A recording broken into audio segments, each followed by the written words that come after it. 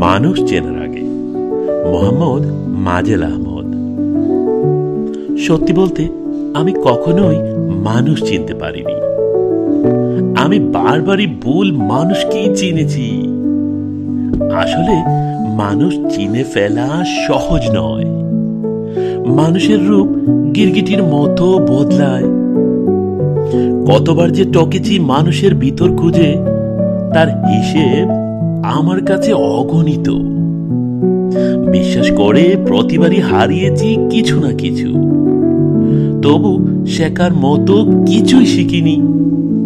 আচ্ছা, মানুষ কি সত্যি চেনা যায়, নাকি চেনার আগেই শেষ হয়ে যায় জীবন?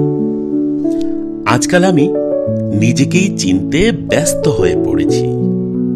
অবশেষে বুঝেছি আমি কখনোই নিজেকে ভালোবাসিনি। হয়তো নিজেকে ভালোবাসলেই মানুষ চেনা শেখা যেত।